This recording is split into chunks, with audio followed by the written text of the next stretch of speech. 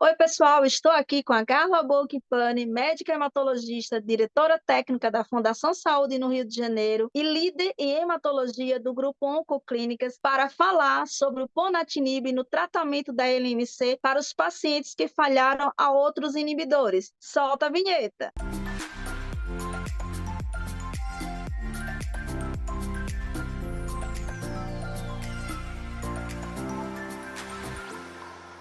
Doutora Carla, muito obrigada por mais essa participação aqui na TV Abrale. É uma honra recebê-la. Para iniciar o nosso bate-papo, nos explique o que é e como acontece a leucemia mieloide crônica. Boa noite, Vanessa. É um prazer enorme estar aqui também. Eu só agradeço. Para mim, realmente, na verdade, a honra é minha participar e é sempre muito bom participar. A Brale tem todo um trabalho muito especial com leucemia mieloide crônica, então a gente fica bem feliz com o trabalho que vocês fazem em prol do paciente e nos ajudam muito como profissionais de saúde. A leucemia mieloide crônica, ela, na verdade, é a patologia mais especial porque ela vem a ser uma doença que foi a primeira doença, o primeiro câncer que foi tratado com uma terapia alvo molecular. Então, falando sobre a leucemia mieloide crônica, ela é um câncer da medula óssea, onde os pacientes apresentam, então, um quadro...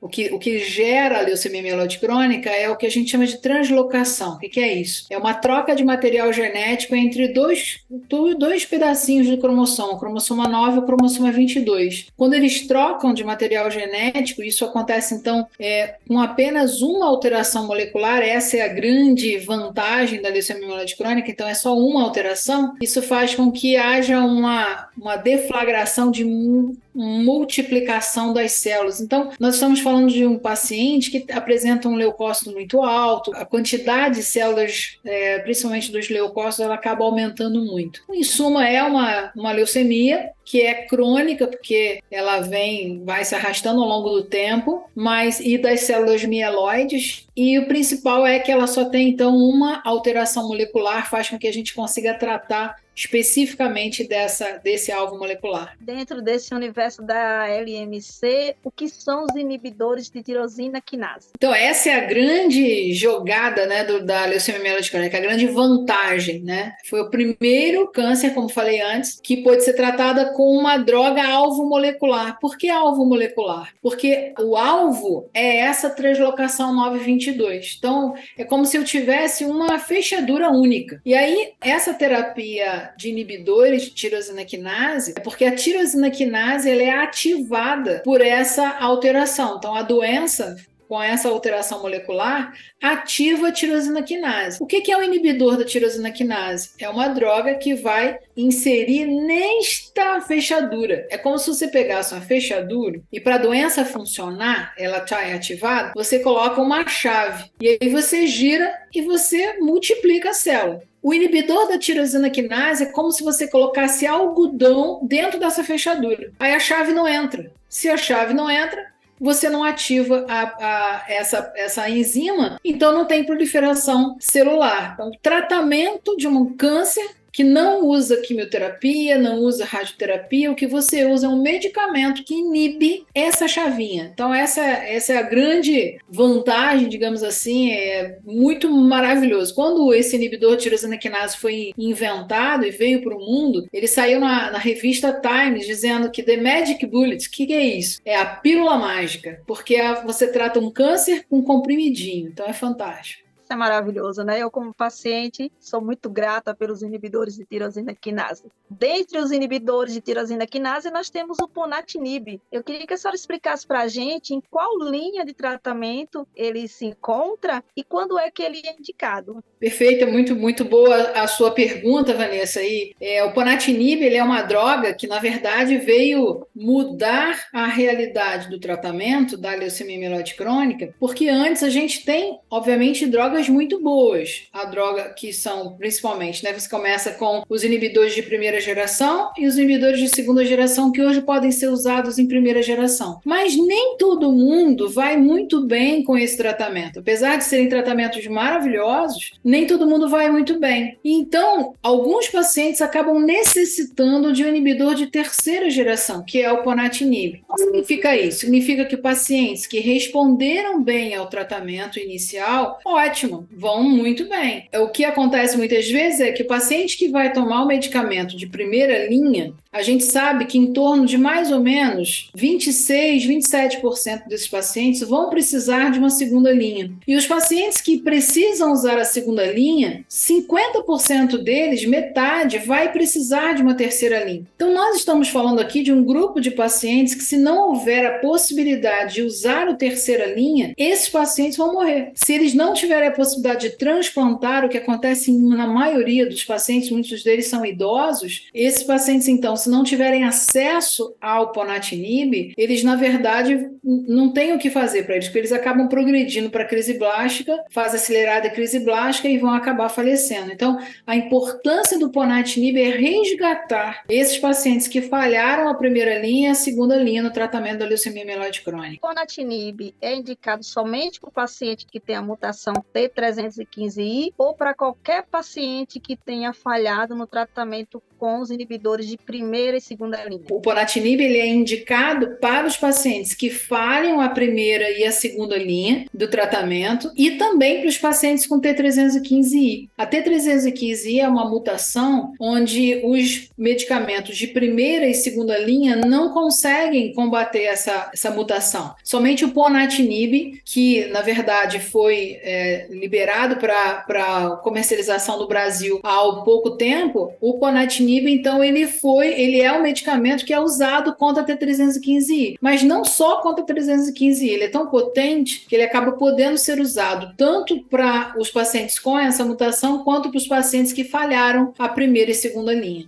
Quais os efeitos colaterais que o ponatinib costuma apresentar, doutora? Então, o ponatinib ele é um medicamento que ele é bastante potente e ele tem alguns efeitos colaterais que outros inibidores de tirosina quinase também podem apresentar. O principal efeito colateral que o ponatinib pode causar está relacionado à obstrução de artérias. Então, ele tem um efeito cardiovascular que é bastante importante, que na verdade, o que a gente tem visto nos estudos? Que apesar dele ter esse efeito é mais frequente quando você usa a dose máxima. Então, o que nós temos de um estudo chamado estudo OPTIC? Você pode começar com a dose máxima do tratamento. Quando você atinge a resposta, que a gente chama de resposta genética completa, ou menor do que 1% no cromossoma, no PCR, você consegue reduzir a dose do medicamento. E como esse efeito cardiovascular ele acaba acontecendo bem tardiamente, pelo menos mais de 6 meses de uso do ponatinib, nós conseguimos, antes que esse paciente tenha esse efeito colateral,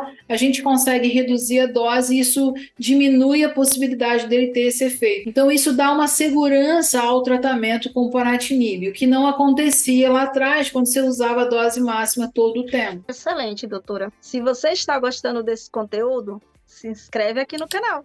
Nós estamos vivendo um momento de grande expectativa na comunidade LMC, digamos assim, entre pacientes e profissionais, que é a incorporação desse medicamento, tanto pela ANS quanto para a Conitec. E eu quero ouvir da senhora sua opinião, qual é a importância do ponatinib dentro do arsenal terapêutico para o tratamento da LMC, tanto no serviço privado como no serviço público. Sinceramente, é absolutamente fundamental você ter a liberação, a possibilidade do uso do ponatinib, tanto no serviço público quanto no privado. Como falei anteriormente, não existe opção de tratamento ainda disponível e, na verdade, nós temos uma outra droga que foi recentemente aprovada no Brasil, que é o asciminib, mas nem o ponatinib, nem o asciminib, eles estão disponíveis. O asciminib ainda nem temos ainda uma precificação. Então, hoje, disponível para comercialização, somente o ponatinib. Mas, mesmo assim, ele não se torna uma droga acessível, porque se ele não tiver na ANS, os planos de saúde não são obrigados a dispor do medicamento, né? Então, você não tem acesso ao tratamento. E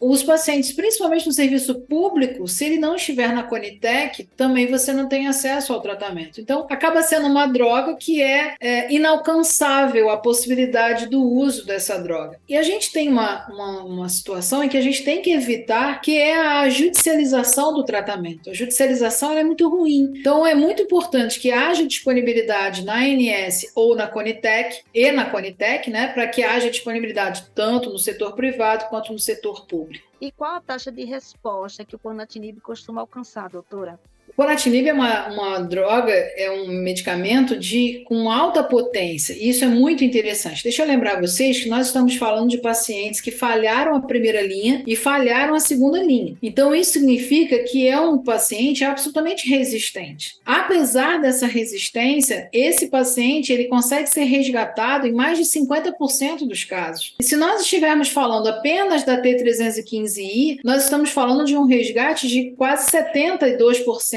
de pacientes que são resgatados, quer dizer, pacientes que tinham falhado a primeira linha e falhado a segunda linha, ainda assim conseguem uma excelente resposta usando na terceira linha, com um medicamento oral e absolutamente seguro, que vai realmente trazer o paciente a uma resposta completa, que é o que a gente quer, na verdade, né, dar uma sobrevida muito boa para esse paciente. E se o paciente não responder ao PONA, existe outra quimioterapia disponível para ele ou resta apenas o transplante de medula óssea, doutora? Então, o ponatinib ele não é quimioterapia. Isso é bem importante falar, porque quando a gente fala quimio, a gente está falando, né, aquele tratamento difícil, que cai cabelo. Não, a gente está falando do ponatinib como comprimido, né? E o mais importante é entender, então, que ele é um medicamento bastante seguro. Agora, se não houver disponibilidade do ponatinib, assim como não tendo também a disponibilidade do asciminib, que é outro medicamento oral, o que a gente percebe é que a possibilidade, na verdade, de tratamento para esse paciente só resta o transplante de medula óssea. Então, e a gente sabe que o transplante de medula óssea tem ainda uma taxa de mortalidade ainda alta, e o principal é a gente entender que ele não é disponível para todo mundo. Então, no Brasil, nós temos uma falha, uma carência de leitos de transplante enorme, e a gente também tem uma carência grande, né, de possibilidade de acesso desse paciente ao transplante. Lembrando que os pacientes com leucemia mieloide crônica, muitos deles são idosos, então eles não terão condições de serem transplantados. Nesse sentido, realmente o melhor tratamento, ou talvez o único tratamento possível, seria a opção do ponatinib. Nós tivemos as consultas públicas, né, que a sociedade, os pacientes, profissionais de saúde puderam participar da sua opinião sobre a incorporação do ponatinib, né, e o quanto isso é importante, que a gente opine, que a gente diga se é a favor ou não dessa incorporação, sabendo da importância que é ter esse medicamento disponível, quando hoje o único acesso é através de judicialização. Então, doutora, para encerrar o nosso bate-papo que está tão bom, eu gostaria que as suas considerações finais fossem essa mensagem para o paciente sobre a importância dessa medicação, sobre a importância dele também manifestar sua opinião e lutar por essa incorporação, para que a gente manifeste que a sociedade e os órgãos reguladores entendam que é necessário e qual a nossa opinião. De forma geral, entre os pacientes, a gente vê que o paciente quer que seja incorporado, alguns têm dificuldade de participar dessas consultas públicas.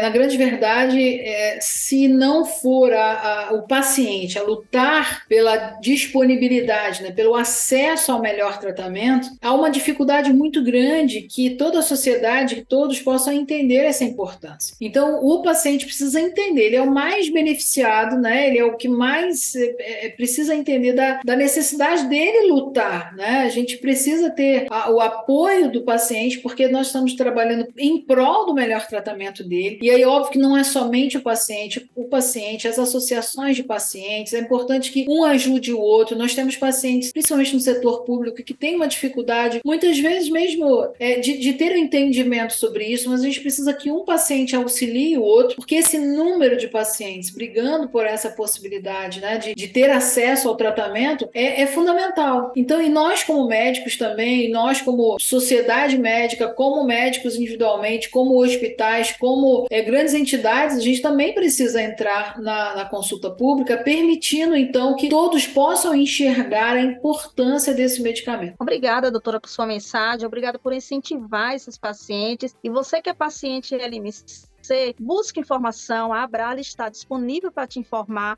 entender todo o processo e participe. Prazer enorme, Vanessa, muito obrigada para mim e parabéns à Abrale por essa iniciativa, fantástico, e parabéns a você também, obrigada. Obrigada por nos acompanhar até aqui. Gratidão imensa por todos que nos acompanharam nessa temporada. Hoje encerro aqui com vocês, mas o trabalho da TV Abrale continua. Continue compartilhando, comentando e dividindo com os amigos esse conteúdo maravilhoso. Dê o seu like, porque essa equipe aqui merece muito. E vamos continuar nos bastidores, dando todo o apoio a essa equipe, assistindo toda semana esses vídeos maravilhosos, porque aprendemos muito. Na próxima semana voltaremos com um novo apresentador e vocês continuem aqui. Tchau!